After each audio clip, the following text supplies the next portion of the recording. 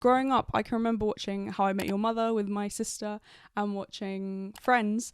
And there's this idea of your 20s, you all live in the same city or you live really close by. You've got like one friendship group, you're all really close and you hang out all the time. And while for some people that does happen, for a lot of people, that's really, really unrealistic. You might be sat there like, am I the only one who is struggling with friends in your 20s? No, you are not. I am also struggling. Hello, welcome back. We are talking about why friendships are difficult in your 20s. You will have seen I've done recently a couple videos about friendships where things aren't going so well. That's kind of got me reflecting on the state of all of my friendships. I was looking at a poll that said 30% of millennials feel like they have no friends, or was it 20%, or like 30% say they feel lonely. It's not great, but like maybe this feeling of like feeling like it's a one-sided friendship, maybe that's normal. But I think also trying to understand how you got here is helpful. So like for me, I know a big part of it is the isolation that came with my addiction, and like I have been able to meet other people, like sober people, friends in recovery. I know there's nothing wrong with me. I can get on with people and I can make friends, but it's just like, I don't know, things feel more difficult now, or I'm more like aware of things. I don't know. And now with the experiences that I've had with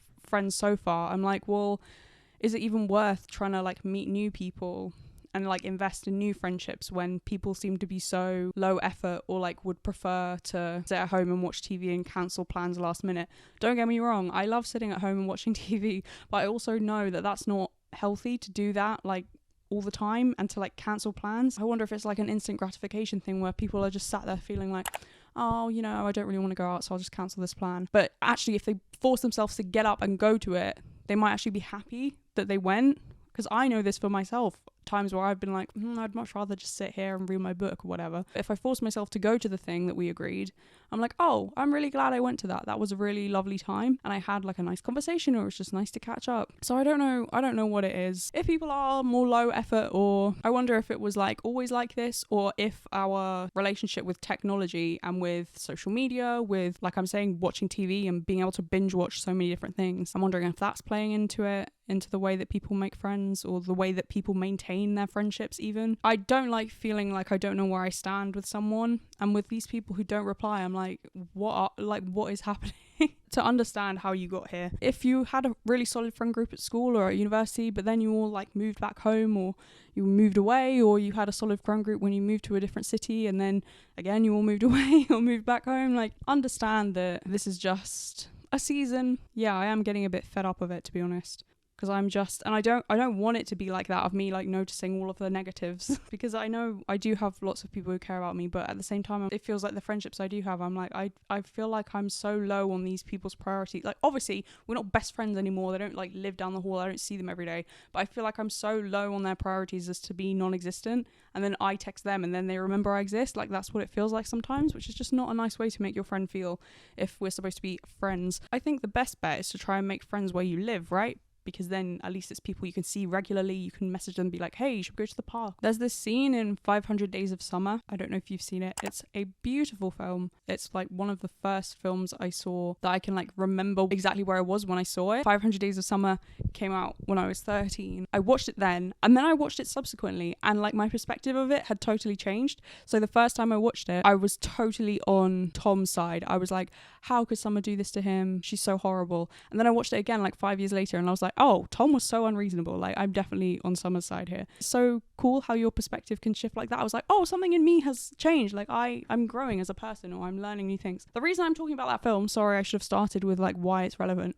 is because in that film there is a expectations and reality scene, what he expects to happen at this garden party versus like what actually does happen. And it's got like a Regina Spektor song in the background, and it's just so sad, because that feels like what my life is like at the moment in so many aspects, and I'm working on so many things. I literally have like my journals down here, and I'm really trying to like work hard on things. I do feel like that scene the expectations versus reality scene. I think that's okay. If you expected things to be different to how they are now, I think that's normal. We are where we are. But also it's not always your fault. There may be nothing wrong with you.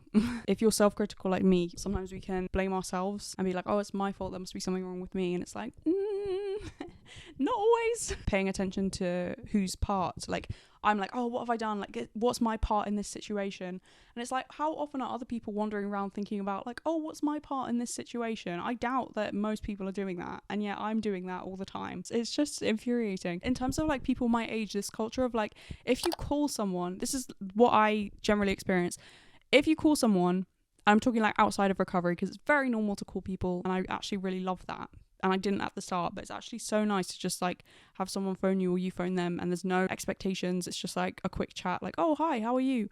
But like, if I were to phone any of my friends right now, they would probably think there was something wrong because they don't like talking on the phone, or they don't have time to talk on the phone. Again, it's like, how much effort are you willing to put into a friendship? Because it feels very one-sided if I'm constantly thinking like, oh, why haven't they replied? Or I hope they're okay. And they're literally never thinking about me, right? Like, and I know we can't like see what's going on in other people's heads, so we shouldn't like mind read, but I'm judging by their actions. Like, if you're taking weeks to reply to a message or you're not replying at all, I'm clearly not someone that you're thinking about as a friend. I'm clearly like not even on your radar. And is that just what friendships in your 20s are like? I wouldn't have thought so. I certainly would want more than that. This was actually a discussion that I had with the person that my friendship breakup video was about, where they seemed to want to be like friends but at a distance, in terms of like, we used to talk every day, and they then wanted to be friends again and only talk like, I don't know, every couple of months. And I was like, that's not gonna work, because I'm literally used to talking to you all the time. It was almost like they felt bad about the way they treated me initially, so they wanted to still be able to say that we talked and that we were friends, but actually not put any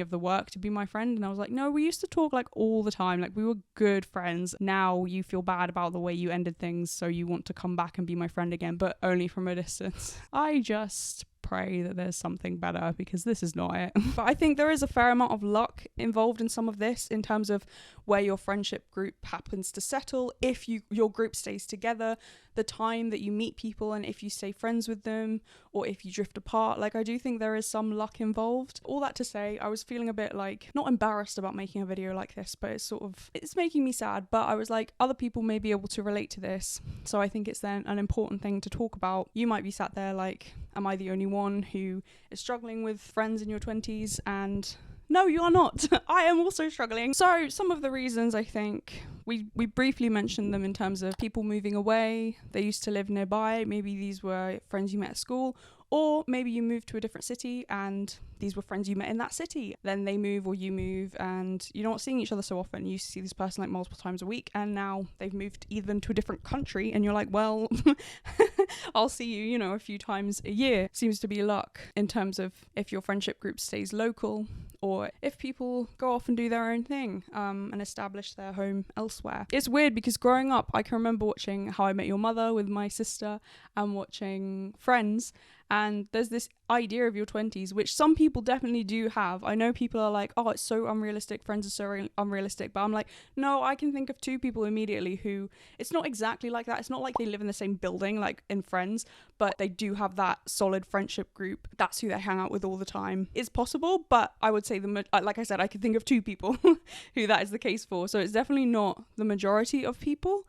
Most people, it's odd friends here. Maybe you have like one group, but then you've also got like other people who you meet in other aspects of your life. Like, it's very normal for it to be like a bit scattered. I would also say a reason why people might not be good at keeping up friendships is that some people are really bad at making plans. It's almost like you have to be really, really proactive, and I'm sort of just very tired of this, but you have to always be the one suggesting plans, or like making plans for the group. Even like, say you have a group of friends you went to school with and you don't see them that often, but there needs to be someone who is like, hey, should we do a Christmas meetup? Hey, should we do a summer meetup? What about this week in July? Like, you need to have someone who does that, and you can be that person.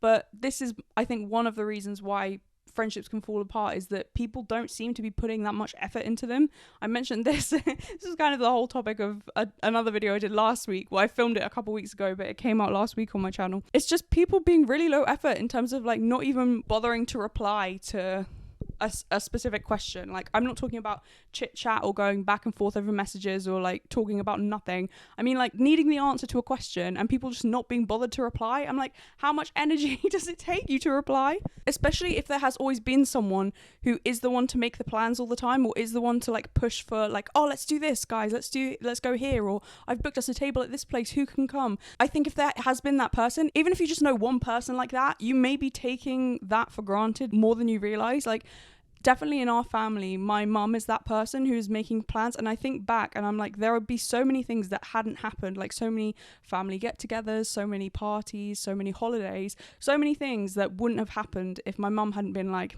hey, let's do this, we're going here, or there's a party, come to our house on this date, right? Like, and obviously, like, you check beforehand to try and make sure that everyone can make it, and then you formally be like, okay, we've decided on the date. You need that person, and you can be that person, but we're going to talk about kind of that point a bit later, the energy of that. I guess we could talk about that now because it does kind of relate. Always being in that like planning, like proactive energy. I think that's really good in terms of putting effort into your friendships. I want to be that person, but I feel like in so many areas of my life right now, and I don't want to be saying this like speaking it into existence, but I feel like in so many different areas, I am the one who's constantly like absorbing lessons and being like, okay, that hurt, I'm not going to do that to anyone else, or okay, that was not the way I would have handled this, I'm going to go forward being a better person. Like, I feel like I'm constantly absorbing all of this, and I'm like, is everyone else wandering around analysing situations like this, or is it just me? Because it feels like I am constantly working on things and trying to get better and being like, okay, don't do that, that was really hurtful, or don't do that, that was really rude.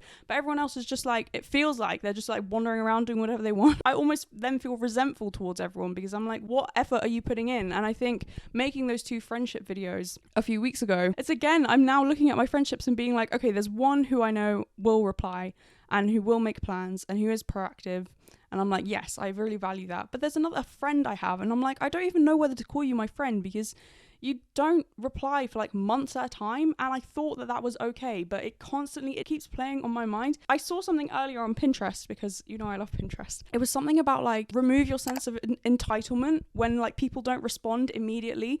You're not entitled to their response. And for a second, I started beating myself up like, yeah, who are you to be so entitled to want like a reply to your message? And I'm like, wait, hang on. This is supposed to be a friendship. Like, this is supposed to be a reciprocal thing where like we want to stay in touch because we are similarly aligned like politically, or we like talking about the same things, or we just enjoy like hanging out and we really get on. Like, there's a reason why we're friends. It's not all on me. And I don't think it's entitled to expect a reply from someone who is ostensibly your friend. No, people should not instantly reply to a message unless you're asking them something that's like, hey, is this your address? I'm about to drive over. Is this right? Then it's nice if that person replies like, yeah, you got it right. See you soon. Or no, actually, this is the address, to make sure you don't get lost on the way or whatever. Or if they reply being like, oh yeah, but you have to, the sat nav will take you this way. So, turn right at this place when it says to do whatever. In those situations, it is good to have an immediate response.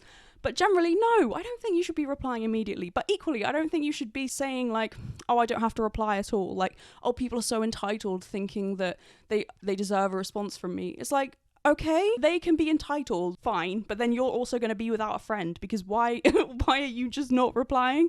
Like, there's something wrong about it. The point I was trying to say about the like planning and things is that I feel like I have all of this energy, but it's not being able to put into anything. Like, there's this one friend who I've pretty much given up on in terms of being a friend, because I would just send like the odd message, like say we watched this TV show together, so I like saw that the new season the release date had been announced, and I was like, oh my gosh, this is so exciting.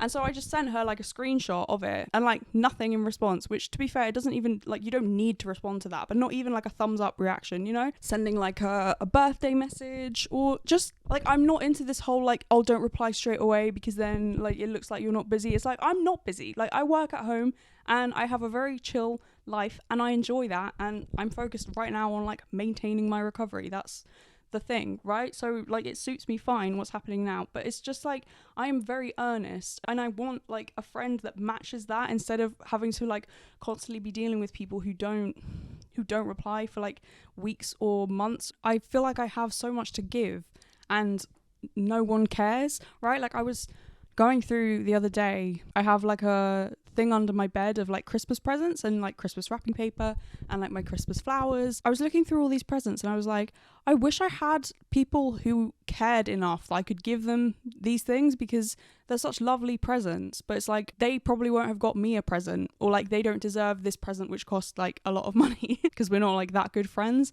And it's just like, I think about that and I think of like how I like remember things really well. Like I remember really odd facts. Like you just need to tell me something once, even just like a random off the cuff thing, and I will like, it will stick in my mind. It just then hurts to have friends who you don't even seem to register as a friend to them. I'm sure they call me a friend, I don't know, because then it's the way people use the term friend. People will say friend, maybe this is an American thing, but people will say friend and they're talking about someone that they see like at the coffee shop and don't speak to, right? Like just someone they interact with, maybe like the person serving them coffee, right? Do you know what I mean? Like it's meaning more of an acquaintance. I don't know if you got anything from this video. I'm kind of hoping you didn't, to be honest, because if you did, that means that you know what it's like. But I suspect there will be quite a few people who do know what it's like, because like I mentioned that poll earlier, I think it is more common than we talk about. Maybe the reason we don't talk about it is it's because it's like embarrassing, or it's just like sad, and it is sad. Like I am sad about it, but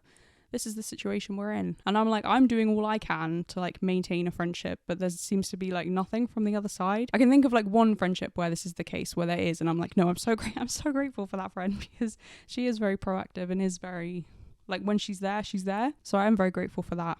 And I hope you have at least someone, even if not a friend, but like a family member or a sibling or someone who is reliable in their communication, because it's just like pathetic the way that people act now. I clearly need like better people around me. I'm sorry if you resonated with anything I shared, but I hope you can remember to be kind to yourself and understand like how you got to this point, or that it's not your fault. It could just be literally the people around you. You're not weird for wanting someone to like reply. It's not like being entitled, like I mentioned that Pinterest thing I saw. Like, no, it's not entitlement to like want someone to reply to your message. That's not entitlement. You're just like wanting communication. Very weird attitude. I feel like the self-help thing or like therapy speak has gone kind of too far, because people are like, oh yes, no, this is my boundary of, I'm just cancelling like right as the thing is supposed to happen. You know, we're supposed to meet now, but I'm cancelling because it's for my mental health. And I get it. Like, obviously I get it in certain scenarios, but it seems like we've therapized, but there seems to be so many instances where it's like, no, I think that's just really inconsiderate. Yes, if you're having a crisis, obviously put your mental health first. I have to say obviously, because there will be people, it's the internet and people online deliberately misunderstand things. Obviously put yourself first in that situation, but it's just more when people are like, they can't be bothered, or you know, they suddenly decide they don't want to. And I'm like, relationships, yeah, you have to put, sometimes it's difficult, you have to put some effort in, otherwise you're not going to be carrying on having friends. Like, I do not understand. I'm so sorry. Why is the world like this? Please be kind to your friends. Please be kind to yourself. I would never want to see a video like this knowing that it was about me. Do you know? Like, I would never want someone to feel this way about me, in terms of I would never want to make someone feel this way being their friend. Hopefully no one that I know sees it. I just wanted to add at the end, I know this has been maybe a bit negative. I do know I have some good friends who I did mention a couple of them, and I do have like lots of family who are good at keeping up, so I don't want it to all be negative. It's more just like capturing a moment in time was the idea, and just like capitalizing on the way that I felt, and you know, trying to explore some of the reasons why. But there are plenty of people out there, and some people you may meet really randomly and become really good friends with them. So I guess just about letting go and trying to go with the flow more, and just like accept that this is the point I'm at, even if I wish it wasn't, and even if I wish things were different. If you're struggling with the same thing, it's just a season. There are plenty of people out there, plenty of people you haven't met who will make really good friends one day. You just haven't come across them yet for whatever reason. So yeah, I thought I should end in like a slightly more hopeful or like grounded, content tone, rather than the angry tone that a lot of the video before had. Again, I think it's quite helpful to have like that as a moment in time, and I hope that it did resonate with some people, because it is annoying, and I'm not going to talk about it again because I'll get more annoyed again. But yeah, it's just like, oh, I wish people showed up differently, or I wish things had turned out differently, but you know, here we are. Anyway. I will leave my friendship breakup video on the screen, and I will also leave the other video about friends. Why do people take days to reply? Definitely related to this friendship topic. I am so sorry. Right, God bless. Thank you for watching. And I will see you in the next one.